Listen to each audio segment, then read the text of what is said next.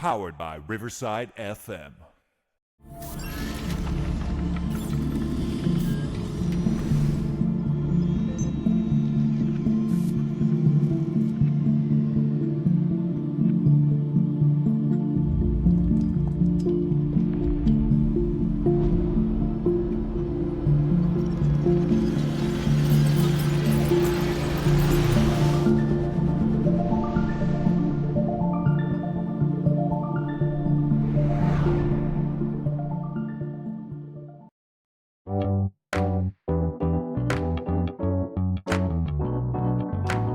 Powered by Riverside.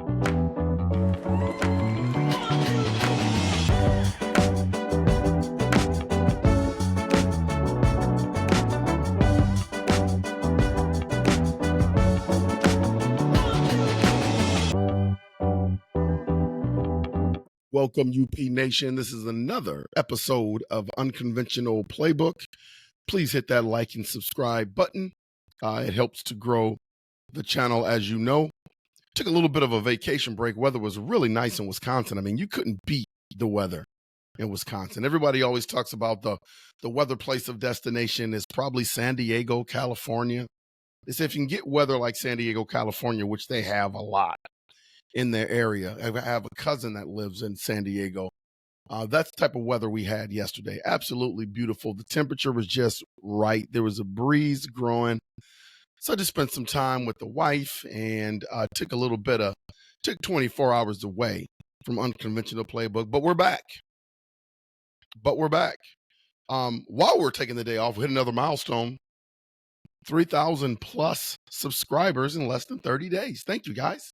Unconventional Playbook is growing. UP Nation is out there and it's growing. So appreciate you guys very much. Keep hitting that like and subscribe button. Read an interesting article yesterday and thought I would bring it up. I thought it would be a great topic for UP Nation. It was the top 10 players I'd pick to start an NBA franchise with. Now, I don't think this was a ranking of players and where players are in the NBA in terms of talent or how good they are. That has a little bit to do with it. But I thought they took age into consideration. So there may be names that are off the list that are just older. So you probably wouldn't start a franchise with them. For instance, LeBron James. How many more years does LeBron James have left in the NBA? 2, possibly. So you wouldn't want to start a franchise with LeBron James. I mean, you would like to have him as a piece. You know, if you have a really good team, you need to add a piece to get you over the hump. That's where LeBron James's career is right now. But you wouldn't want to start a franchise with LeBron James. Like you wouldn't want to start a franchise with Kevin Durant. These guys are getting long in the tooth and they're old. So that's a big consideration. So we're going to go through the top 10 players that this journalist, I'm not going to mention the journalist's name, but he said the top 10 players that he would pick to start a franchise with. We're going to go from 10, and then we're going to go down to 1. All right? Number 10, Donovan Mitchell. Donovan Mitchell came over to the Cleveland Cavaliers from the Utah Jazz. Obviously, they had him paired with Rudy Gobert for years in Utah. Cavaliers made a trade. They thought it was a piece that could get them over the hump. You know, some finally having a superstar in Cleveland other than LeBron James. Donovan Mitchell fit that bill. Now there's some talk that Donovan Mitchell wants out. They're firing coaches over in the Cleveland Cavaliers organization to try to appease Donovan Mitchell to stay. They feel like, you know, he is a huge piece to the puzzle. But there are some players on the team that's saying, you know, if Donovan Mitchell stays, they want to get traded. You know, so that franchise, as usual, is in flux. I mean, they are a whole lot of drama going on. I don't know if talent-wise, Donovan Mitchell, really, really good player. But I'm starting to see some cracks. I'm starting to see some cracks in armor, maybe his mentality and what he brings to the table. I'm not saying I wouldn't have him in the top 10. I would just keep an eye on that whole Donovan Mitchell situation. Number 9, Trey Young. Trey Young when he initially came into the NBA, boy, was he hot. He had that rivalry going on with the New York Knicks. Remember when the Hawks had that run and they were pretty decent? And Trey Young and Spike Lee were going at it in the front row, and Trey Young, was putting up numbers. They really haven't had that type of run in the last couple of years, but Trey Young, for all intents and purposes, played, pretty well. He's playing pretty well on a nightly basis. They just don't have a lot around him for him to be successful. He could be a missing piece because he is dynamic. I think his defense has gotten better. Offensively, very, very talented. So he would be number 9 on the list of the top 10 players that people would like to start a franchise with. Now, this list came from the NBA debaters. So it's pretty interesting. So I thought I would bring it to the UP. Number 8, Tyrese Halliburton. This kid is shown to be a big talent for Indiana. I'm not sure if I wouldn't have him a little bit farther up the list, but I understand him being 8, Tyrese Halliburton. It's somebody that's been huge to the Indiana Pacers. I mean, he's a big reason why they won the play-in. No, they did not win the play-in tournament, but they played really, really well halfway through the season for the play-in tournament. The Lakers won the play-in tournament, but they played really, really well. And now they're in the Eastern Conference Finals. Who would have thought that the Indiana Pacers would be in the Eastern Conference Finals? Big reason is Tyrese Halliburton. So he's number 8. Number 7, Jason Tatum. Now, I thought for sure Jason Tatum would be higher up on the list for the Boston Celtics. But I think if you talk to Boston Celtics fans and people that really pay attention to the team, they will tell you that Jason Tatum has had opportunities to kind of come through, and there are times he gets wishy-washy. And we know how that is with the Minnesota Timberwolves and Anthony Edwards. I mean, there are times where he's, shows up and he's talking stuff out there, and then there are times where he's as passive as a grape.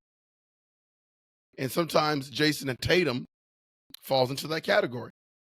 Now, he's got his team in the Eastern Conference Finals. They're up 3-0 in the Eastern Conference Finals. He's about to make his second finals appearance in a row. I don't know. Should Jason Tatum be higher on the list? But he's number 7, 10 players you would like to start your franchise with. Number 6, Paulo Benchero, Orlando Magic.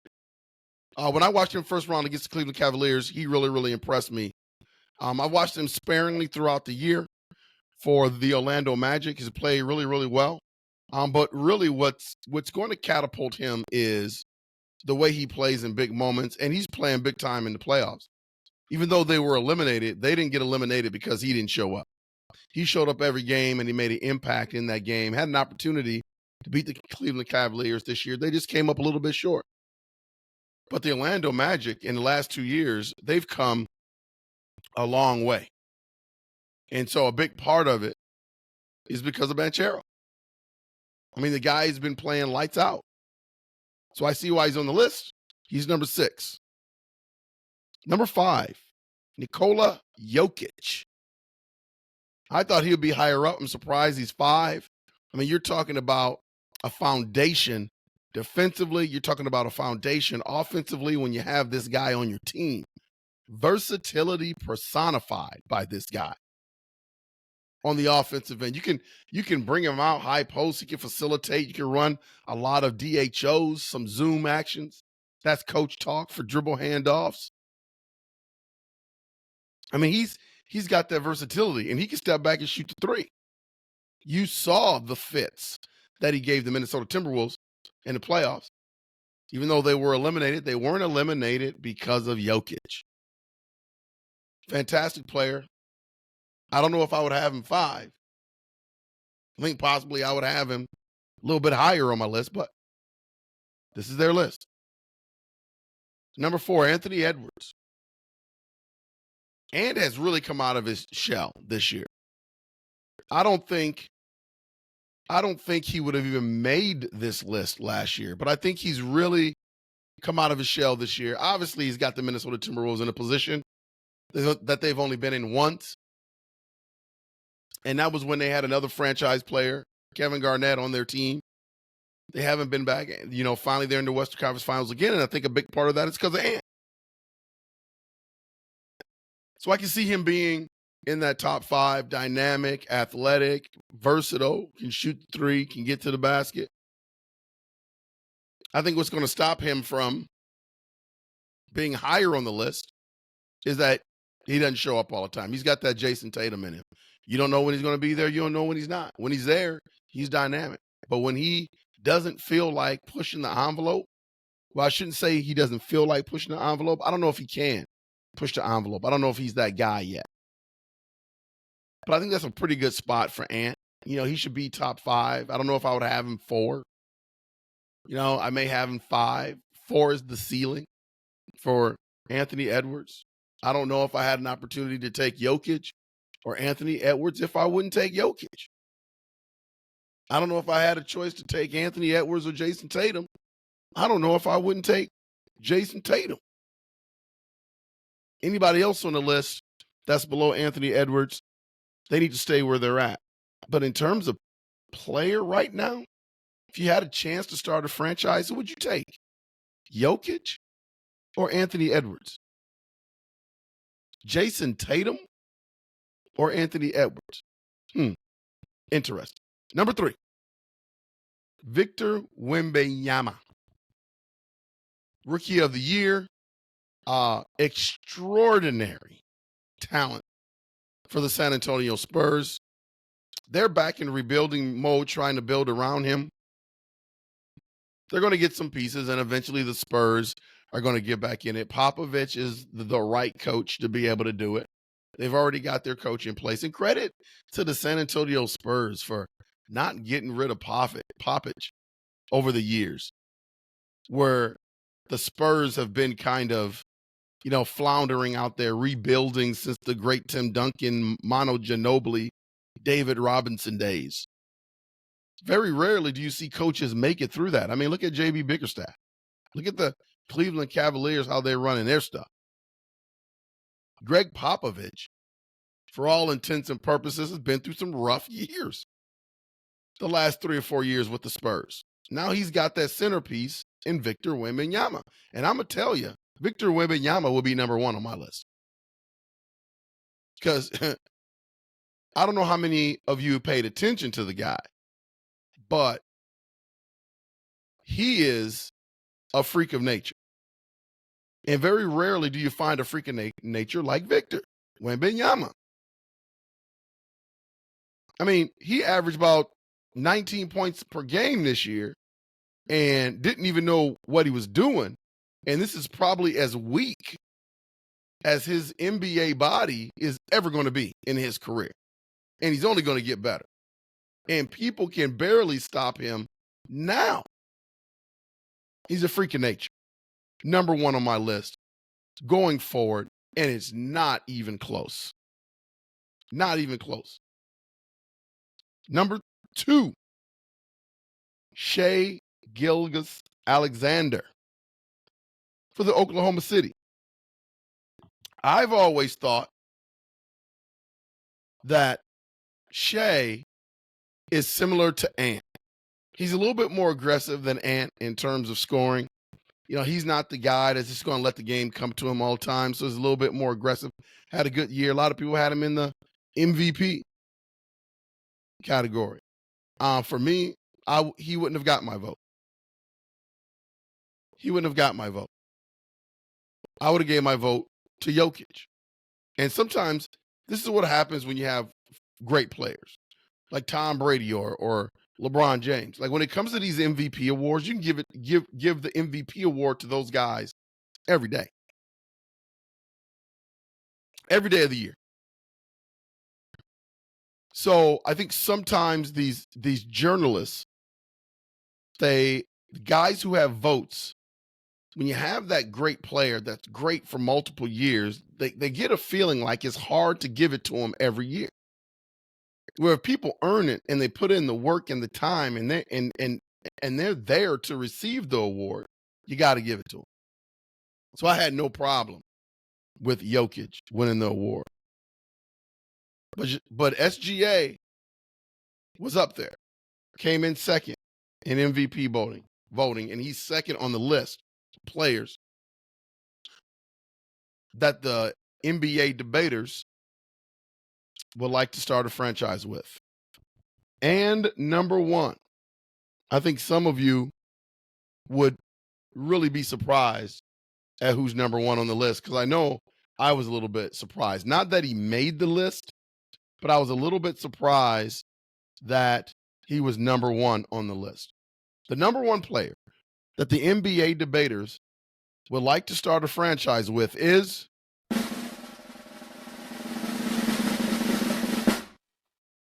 Luka Doncic. Luka Doncic, number one player to start a franchise with. You know, I could see him being in the top 3 because he's an extraordinary talent. Look at the way him, slow, sleuthy, kind of out of shape, hurt leg. Look at what he's doing to the Timberwolves. The number one defensive team in the league with the number one defensive player of the year in the league and the great Anthony Edwards. Look at what he's doing to them. Like, they're at his mercy. He's dismantling them on their home floor in front of their raucous fans. He's dismantling them, and he's talking crap. That's Luka. He's got dog in him. He has no fear in him. He's got that edge. He's going to do whatever it takes to win. He's a leader. You don't see him talk a whole lot during press conference. He's just the boogeyman. He's going to come to get you. Real killers don't talk. They just show up. And that's what Luka Doncic is. So, again, I have no problem with him being number one. I'm surprised that he is number one. Like I said, I would go Victor Wembanyama. Have too many years with him, and his ceiling is higher than the Eiffel Top. I mean, have you watched that dude play? I mean, he's an alien. He's an alien. And the scary thing is, he's only going to get better. This is as weak of a state that his body is ever going to be in the NBA. You can book it. You can book that. So he would be number one on my list. Have no problem with Luka Doncic being number one on the list. Who would be on your list? Top 10 NBA players that you would start a franchise with. I thought it was an interesting topic, so I thought I would bring it to the UP. Minnesota Timberwolves play tonight. Hopefully they can get it together. I'm just going to sit back and enjoy the game. Not put any pressure on this team. Just sit back and watch and see what they can do. This has been Unconventional Playbook. Thanks for tuning in. Thanks for the support. Thanks for all the subscribers. Over 3,000 now. Keep that like button. Keep that subscribe button going. I love it. Again, this has been the UP. See you when I see ya.